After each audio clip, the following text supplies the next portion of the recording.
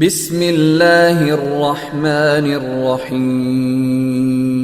بسم الله الرحمن الرحيم الحمد لله رب العالمين وصلى الله وسلم على نبينا محمد وعلى آله وأصحابه أجمعين وبعد السلام عليكم ورحمة الله وبركاته تنين وحلقة قارة ونوطة لقلينا كذا جوابه هل سؤال شاسي الصوننا معها afay cudurriya karoonana maaha waa su-aal adduunka iyadoo joogtay in badan intii laga jawaabay aakhare nala aaday wey dadku adduunka si ay isu weydiinayaan bay aakharena isu weydiiyaan su-aashani waxay leedahay adduunka waan ognahay ragga waxaa loo baneeyey hal dumara ka badan dumarkana waxaa la yidhi hal nin ka badan ma guursan karaan waxaan fahanay sababka oo taranku inuu isku darmadaa la diidayaa haweentii rag badan hadday yeelato ilmaha cid dhashay lama aqoonsan karo aadamuhuna baaris iyo qalab hadda la sheego oo isirka qofka lagu baadho ma wada heli karaan meelo badanna kama jirin berrina inuusan jirin baa laga yaabaa haddana waxaan aragnay baa la yidhi aakhiro oo raggii haween badan leeyihiin dumarkii laakiin hal nin ka badan la ogol yahay lama sheegin inay helayaan waxaa la soo weydiiyey waa su-aale dumarku aakhiro hal nin ka badan ma yeelanayaan haddaynan yeelanaynin maxaa sabab ah su-aashaasi iyadoo adduunkii ka taagnayd bay aakhirana inoola dhexdhexday marka su-aashaasaan rabaa kelmaddan kooban inaan kaga hadlo waxaana rabaa si aan u dabciyo dhowr qodob oo hordhaca inaan u sameeyo dhowr qodobna aan gudaha ugu galo marka koobaad xaq ma u leeyahay wuxuu qofku saamisa ma laha waxaa muhiima inaan isla ogolaanno xayaatada iyo noloshu labada daaroodba waa minxa iyo deeq ilaahay weeye dadku xaqa iyo waajib ay ku leeyihiin ma aha inaan ifkiyo adduunka aad timaadana waa deeq eebba ku siiyey ee xaqaad lahayd oo la gudayo iyo abaalaad gasho oo lagu gudayo midna ma laha maaha aakhare soo noolaynta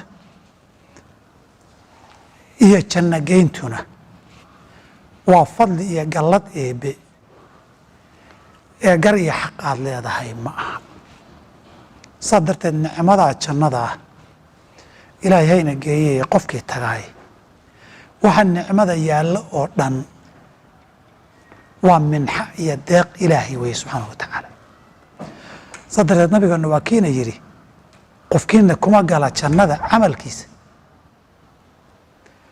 markaasaa waxaa la weydiiyey adigana wuxuu yihi walaa ana ilaa an yatakamadanii allahu biraxmatii anu xataa kuma geli kara hadduu ilahay naxariistiisa ihubin saas darteed qodobka waxaa kaaga baxaya qodob labaad oo odhanaya ilaahay wuxuu doonuu sameeyaa wuxuu sameeyana lama weydiiyo laa yus'alu camaa yafcal wahum yus'aluun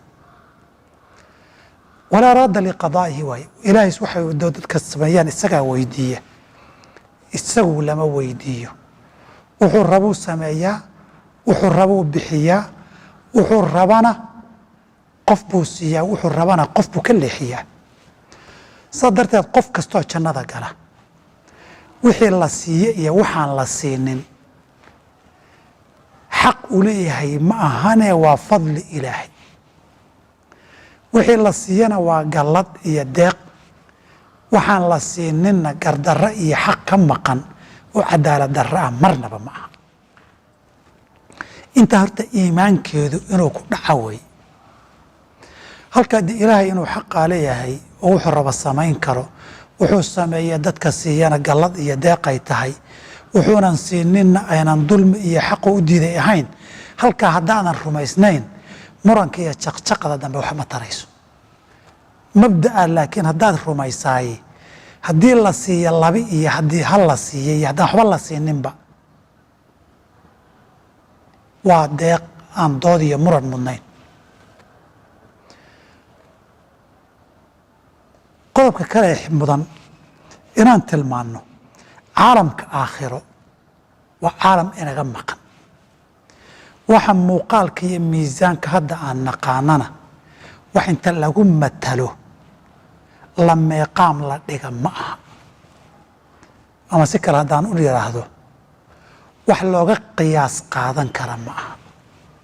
laga bilaabo qabri iyo god marka la garay qofku ku nool yahay, cadaab iyo naxariis kula kulmaya midkood, ilaa qiyaamada la soo saaroo dadkii ciiddaa cuntay la soo celinayo, kadibna janno iyo naar la gelayo, dab aan lagu dhimanayninoo naara ka adduunkana ka kulul. intaasoo dhani waa caalam qayb inaga ah oynaan arag, wax la mid ahna maynaan arag. waxaan ku mataloon barbar dhignana ma laha.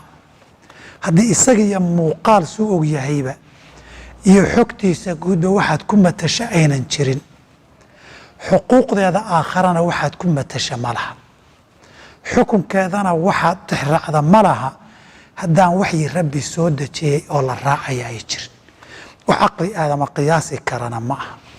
saas darteed baa nabigu ku tilmaamay oo yidhi fiiha maa laa caynun ra'at walaa udunun samicat walaa khatara calaa qalbi bashar.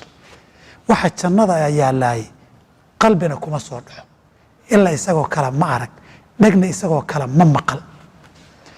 waxaad barbar dhigatood ku matelataba ma laha.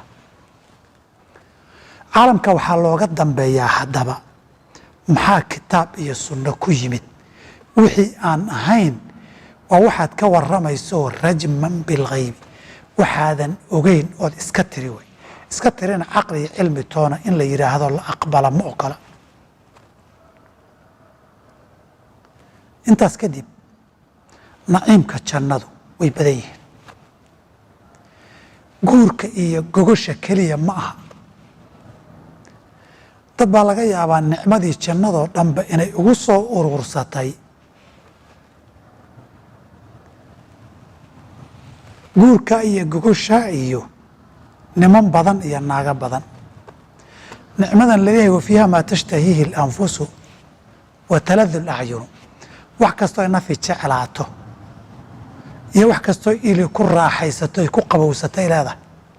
nicmadan haayadeeda lagu tilmaamay waxaa ili arag, dhegna maqal, qalbina ku soo dhicin oo dhan, oo milki leh, oo qusuur leh, oo daaro leh, oo hanti leh, oo cunno leh, oo cabitaan leh, oo gaadiid leh, oo ku dhammaanaysa rido ilaahay iyo aragtida wejigii subxana wa tacaala.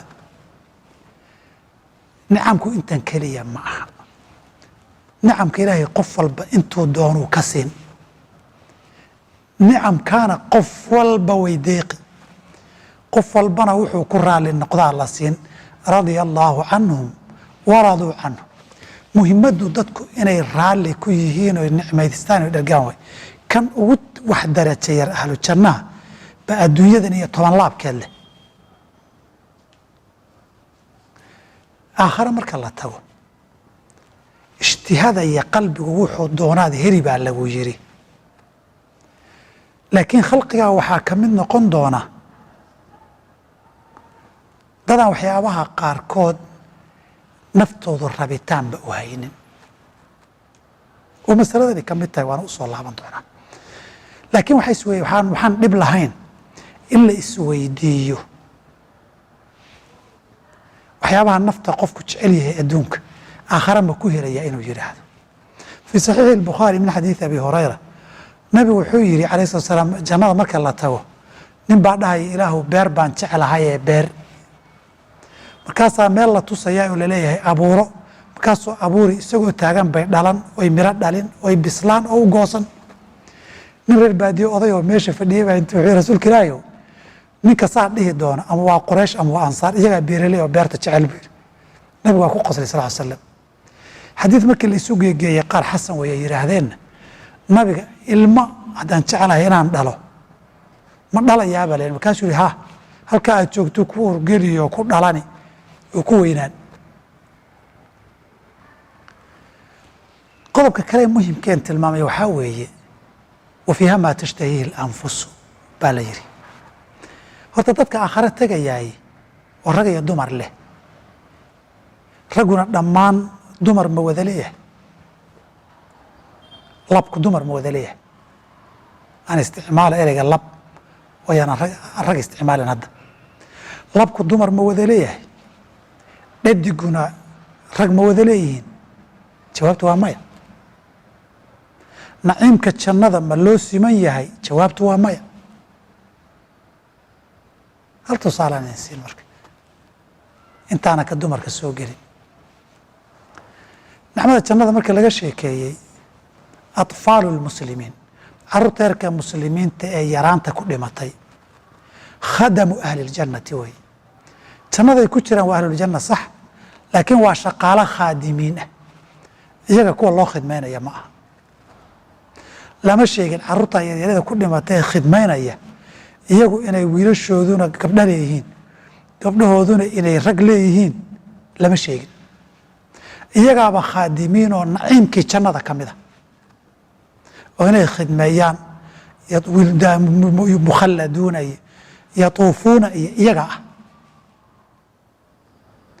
saa darteed ahlu jannuhu inay isu khidmeeyaan oo qaarkood shaqaale isu noqdaan baynu halkaa ka barannay. carruurtao dhan weyana atfaalu lmuslimiin iyo atfaalu lmushrikiin labadaba ilmihii yaraan ku dhintay oo dhan khadamu ahli ljannati waay.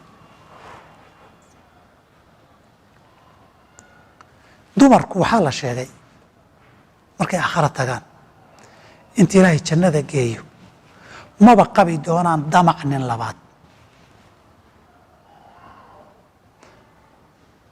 fiihina qaasiraatu طarfi lam yaطmithuna insun qablahum walaa jaan wa cindahum qaasiraatu طarfi ciin xurun maqsuuraat fi اlkhiyaam. qaasiraatu طarfi, qasru طarfiga waxaa looga jeedaa ninkeeda mooyeen mid kalaba ma rabtaba, qalbigeedana kuma soo dhaco, rabitaanna uma hayso haba yaraatee. hadkhar sidii la yidhi sax weeye wa fiiha maa tashtahiihi اlanfusu, naftu waxay jeclaata wey. laakiin waxay nafta dumarka mu'minka ahlu jannuhu jeclaanayaan kumaba jiraba nin kale. aayaddanaa caddaynaysa fiihina qaasiraatu طarf. horeyna waxaan isugu soo ogeyn aakhara wixii ku saabsan aayad iyo xadiid sugan baa looga dambeeyaa. wax adduunka lamidan uga qiyaasanoo garab dhigna ma laha. muhiimaddu ilaahu jannada ina gee weye. nin baa laga sheegay janno intuu dhegaystay nicmadeeda, alla aniga meesha kabaha la dhigtay yaa i geeye buu yidhi, intaas ay deeqi lahayd. jannadaba haddii la ogeeyo dunyadii iyo 10 laabkeed baad yeelan. waxaa laga yaaba inay isweydiisaan su-aal tan keentay, laga yaaba inay keentay ama saa qayb ka ah. haddii la yidhahda ninkii 2 naagood iyo waxbuu leeyahay, haddii la yidhaahdaa xoolulciin baa u dheer, de adduunkaba markuu 2 naagood iyo ka badan qabay qayb baa marar qadi jirtay inay waxoogay qado oo tabasho timaada soo iman mayso? jawaabtu waa maya. waxaa ka sugan nabigeena sal allahu alayh wasalam in ninku qiyaamada marka uu yimaado fi xadiidi abi saciidin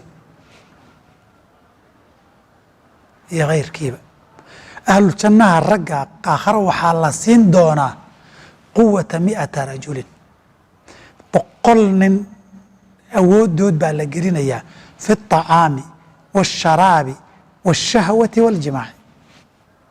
rabitaankii iyo gogoshii iyo cunadii iyo cabitaankii 100 nin awooddood baa la siinayaa.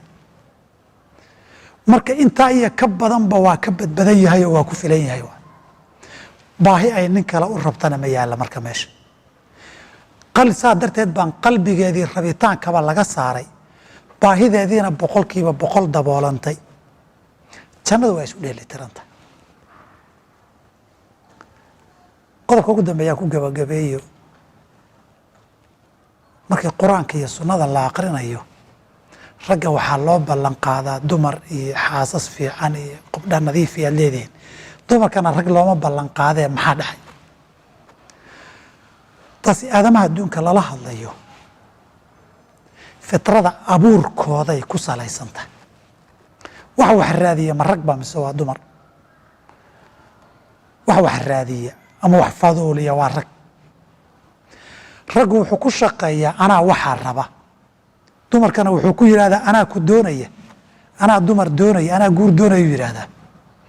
dumarku laakiin waa ka xishoodaano isagaa i doonayay tiraahdaa, isagaa i raba, isagaa i jecel. saa darteed laba caruur haddaad dhashay, wiil iyo gabadh, fitrada saasana gaal iyo muslimba waa la isku raacsanya. inta wax ka qortay, inta muslim iyo kristan iyo yuhuud iyo mulxidiin aan akhriyey, intaba arrinta waa isku raacsan yihiin. haddii dib looga baahdo kutubtooda mar baan soo gudbin doonaa, hebel iyo hebel iyo hebel iyo hebel kutubtooda luqadaha kala duwan ku qoran. haddaad wiil iyo gabadh dhashay, aan kusoo gunaanado tusaalaha, waxaa badan wiilka inaad tiraahdo haddaad waxa fiican samayso oo darajooyinkaa fiican keento, gabadha ugu fiican baan kuu guurin. laakiin gabadha lama dhaho haddaad intaa samaysan ninka ugu fiican baan kuu guurin, lama dhaho. haddaad saa tirahda markaaba way boodi. maxaa yeelay ragguna wax raadin buu ku salaysan yahay oo isaga haddaba orda. dumarkana waa la raadiyaayo iyadoo rabta xataa gadaal bay isu dhigtaa. si kastaba ha noqotee jannada wax walbaa laga helaa, wixii kalena wixii ay naftaadu jecelaataad ka hesha. intaa waxaan rajaynayaa mas'aladii iyo su-aashaasi inay dhinacyo badan ka ifisay, wax badanna qofka oo kaga qanci doonaan rajaynayaa. halkaasaana kusoo gabagabaynaynaa su-aashanna. asalaamu calaykum waraxmat ullaahi wabarakaatu. dembigeenna allaha dhaafo, kii waalidkeenna allaha dhaafo, aakhiri iftiinkuwa siroon allaha ina waafajiyo. inta bugta ee cudur ka cabanaysa, rag iyo dumar iyo caruur, ehel iyo ummadoo dhan allaha caafiyo. cudurka caafimaad allaha ugu bedelo, cudurka caafimaad allaha ugu bedelo. dad badan baa muraad leh oo muraadkooda oon macsiyo ahayn ilaahay weydiisanaya, allaha u aqbalo. muraadkoon macsiyo ahayn allaha u aqbalo. inta ragga dumar doonaysa ooriyo wanaagsan oo xalaal allaha siiyo. inta dumarka rag doonaysa iyo xaasna nin wanaagsan allaha u qadaro, calaf fiican allaha siiyo. inta arsaaqada ka cabanaysa mid baraka leh ilaahay ha u kordhiyo, arsaaqad xalaala oo baraka leh allaha ku arsaaqo. inta ubad la-aan ka cabanaysa ama ubadku ka xumaadayna ubadna allaha siiyo, ubadkana allaha u hagaajiyo, ubadkana allaha u hagaajiyo. dalkeenna iyo dowladnimadeenna intaba allah inoo barakeeyo. kuwii diinta ku toosan ee ku hagaagsan ee waxay hayaanna u aaya allah inaga dhigo. cilmiga iyo cibaadada iyo camalfalka allah inoo sakhiro. cilmi wanaagsan oo barakale qulubteenna allah u furo. qur-aanka kariimkaana allah ina fahamsiiyo. innaga iyo ubadkeennaba qur-aanka allah inoo furo. cilmigana allah inoo furo. cibaadadana allah inoo wanaajiyo. caqiidadana allah inoo saxo. kuwa diinta islaamka ku nool ee ku dhinta allah inaga dhigo. waxaynu haynaba allah inoo barakeeyo. halkaynu ku soconnana ilaahay jannada ha ka dhigo. cadaabkiisana allah inaga nabadgeliyo. waalidkiina dhalay ee inagu tabcay hadduu nool yahay iyo hadduu dhintayba allah u dembi dhaaf. ilaahay ha u dembi dhaaf. innagana ubadkeenna kuwii aynuu ayno ee inoo soo duceeya allah ka dhigo. ummadda islaamku meelay joogaanba dhibaatada allah ka dulqaado. cadowgana allah uga hiiliyo. cisigana allaha siiyo. ilaahayna ilaahay ha isbarbar taago. kuwa dhibaataysana cirkana huwada dhulkana goglada ilaahay ha u hiiliyo. nasrigiisa iyo guushiisana allah hayna siiyo. waxaynu dareemaynaa inaynu ka diiqadoonaynana allah inaga dulqaado. allah inaga dulqaado. waxaynu haynaba dad iyo duunyo iyo diin iyo dal allah inoo barakeeyo. arrintu badnaanta maaha waa barakada allah inoo barakeeyo. allah inoo barakeeyo. aakhiri iftiinkaba sida wanaagsan allah inagu soo ururiyo. jannadiisana allah ina geeyo. kuwa uu ka raali noqdo ee uu jannada ku farxan allah inaga dhigo. وآخر دعوانا أن الحمد لله رب العالمين وصلى الله على نبينا محمد وآله وصحبه وسلم.